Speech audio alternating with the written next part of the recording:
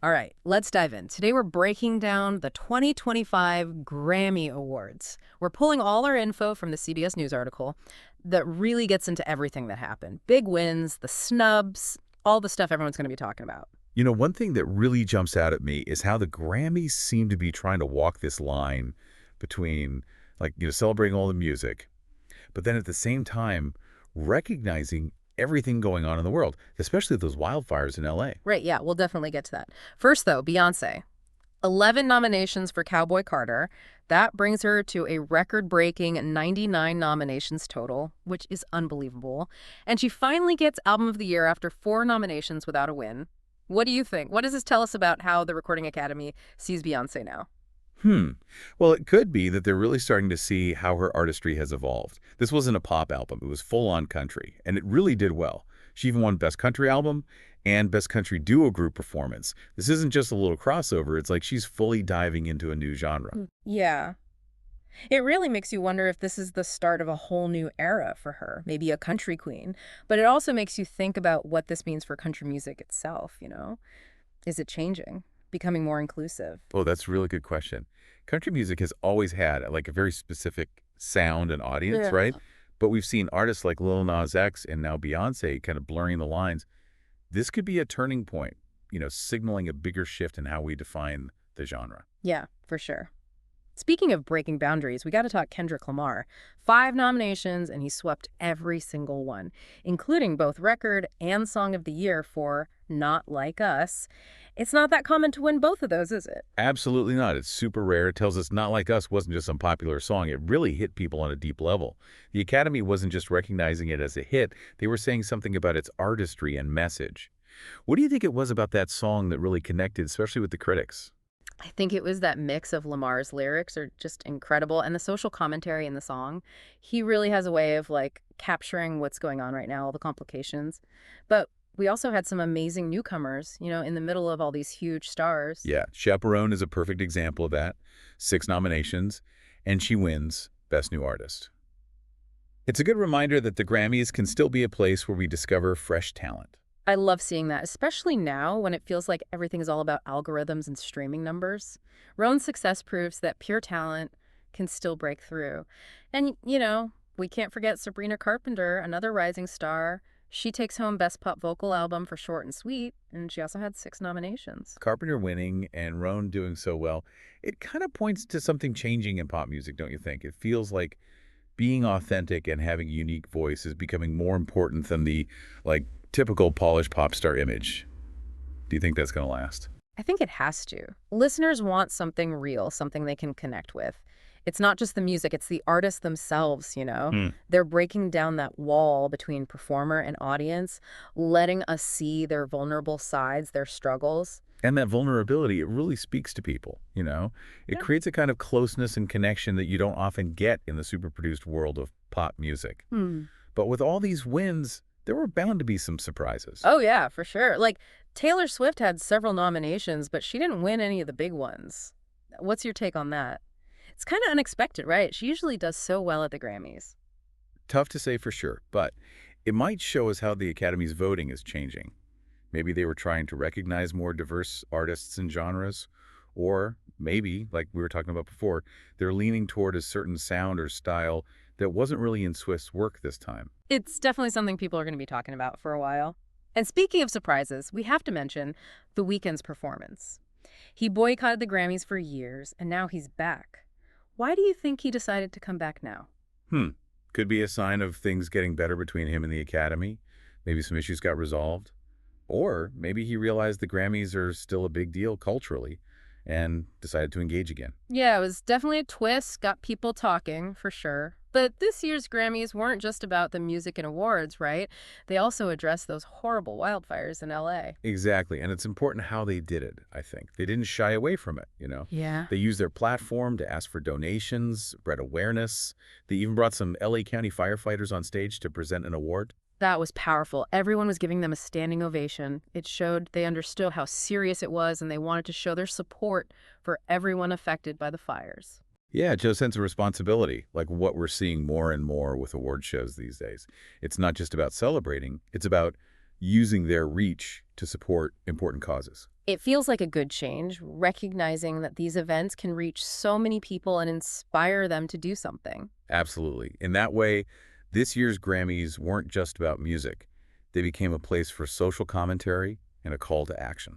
Okay, so we've covered a lot. Beyonce's historic wins, Kendrick Lamar sweeping the awards, new artists breaking through, and the Grammys' response to the wildfires. But what does it all mean? What's the takeaway for our listeners? I think the main takeaway is that the 2025 Grammys were more than just an award show. They were a reflection of culture changing, music evolving, and people becoming more aware of the issues in the world. And that's what makes this deep dive so interesting, right? We're not just looking at who won or lost, we're seeing what those wins and losses tell us about the music industry and the world we live in. But before we get too deep into all that, let's take a minute to look at some other notable wins that might have flown under the radar. Yeah, let's do it. Let's find some of those hidden gems from this year's ceremony. Yeah, before we went on break, we were talking about some other cool wins from the Grammys.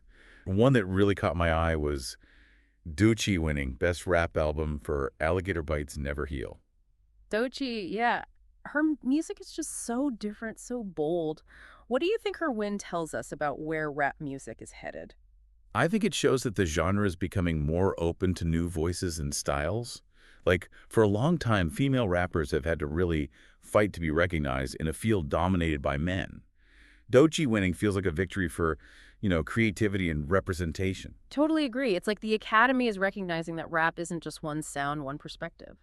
And speaking of breaking boundaries, I'm still thinking about Beyonce's win for Best Country Album. Do you think she'll keep exploring country, or was it just like a one-time thing? It's hard to say, but her win for Best Country Duo Group Performance makes me think she's actually into country music, not just dipping her toes in.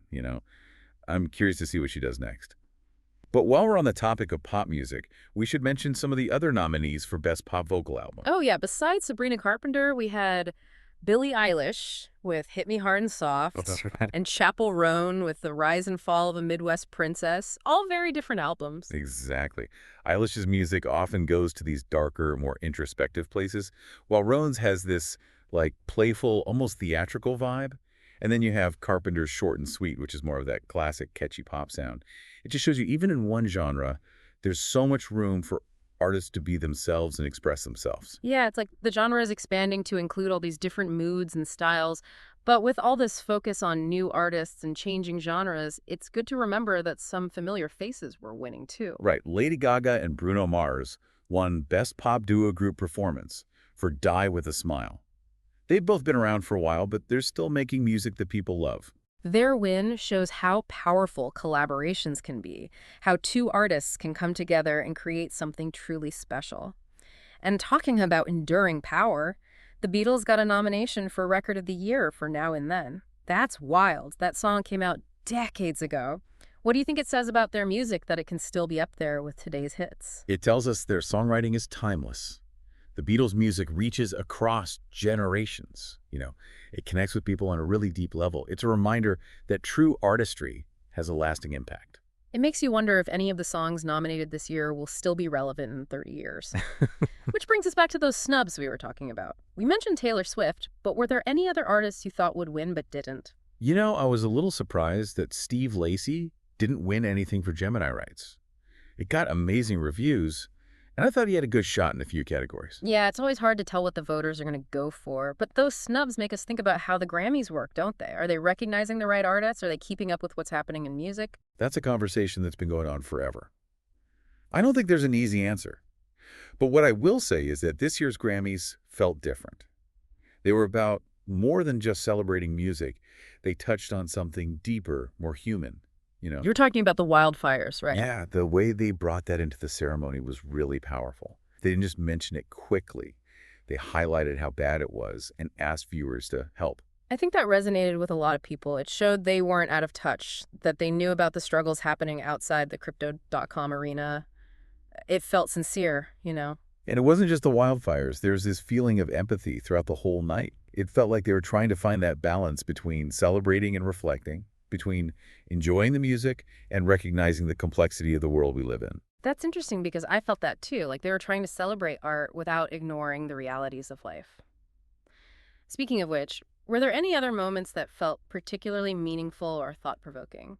Yeah, we're just saying how these Grammys felt different. more connected to what's happening in the world. It makes me think about something we talked about earlier, the Grammys as a place for discovering new artists. Besides Chappell Roan having such a great night, were there other artists who kind of used the Grammys to introduce themselves to a bigger audience? Oh, definitely. A lot of the nominees and winners this year weren't really known before the Grammys. Like Shabuzi got nominated for Song of the Year for a bar song, Tipsy. Yeah. That kind of exposure can be huge for someone who's just starting out. It's like a stamp of approval from the music industry. Right. Even if you don't win, a Grammy nomination can put you on the map and give you a legitimacy you didn't have before. Exactly. And it's not just individual artists. The Grammys can also highlight whole genres that don't usually get mainstream attention. Like, look at Kruangbin. They were nominated for Best New Artist. They make psychedelic rock, funk, and soul, and it creates this sound that's both familiar and totally new. Their nomination is a win for anyone who loves music that pushes boundaries and doesn't fit neatly into a box. It shows that the Grammys are open to diversity and recognizing talent that might be a little under the radar. They're kind of like curators, leading listeners toward new sounds and experiences. That's a really good point. In a world with so much music, it can be overwhelming to even know where to begin. The Grammys can help cut through all that and introduce us to something new and exciting. So we've talked about the winners, the snubs, the surprises, and even how the Grammys fit into the bigger cultural picture. But I'm curious, from your perspective, what do you think will be the lasting impact of this year's event? What will people remember about the 2025 Grammys 5, 10 years from now? That's a great question. I think people will remember that these Grammys were more than just an awards show. It was a moment where music and social awareness came together, where they celebrated artistic talent and called for compassion and action. I agree, it felt like a turning point. Like realizing that award shows can be more than just a bunch of people patting themselves on the back. They can be platforms for change, for raising awareness, for using the power of music to make a difference in the world. That's a powerful message, and I hope it continues to resonate for years to come. So as we wrap up our deep dive into the 2025 Grammy Awards, we want to leave you with something to think about. Did this year's Grammys find the right balance between celebrating artistic achievements and recognizing the real issues affecting our communities? It's a question worth thinking about. As you think back on these Grammys, consider what role award shows play in our society today. Are they just for entertainment, or can they be a starting point for important conversations and positive change? We'd love to hear your thoughts. Thanks for joining us on this deep dive into the 2025 Grammy Awards. Until next time, keep the music playing and the conversations going.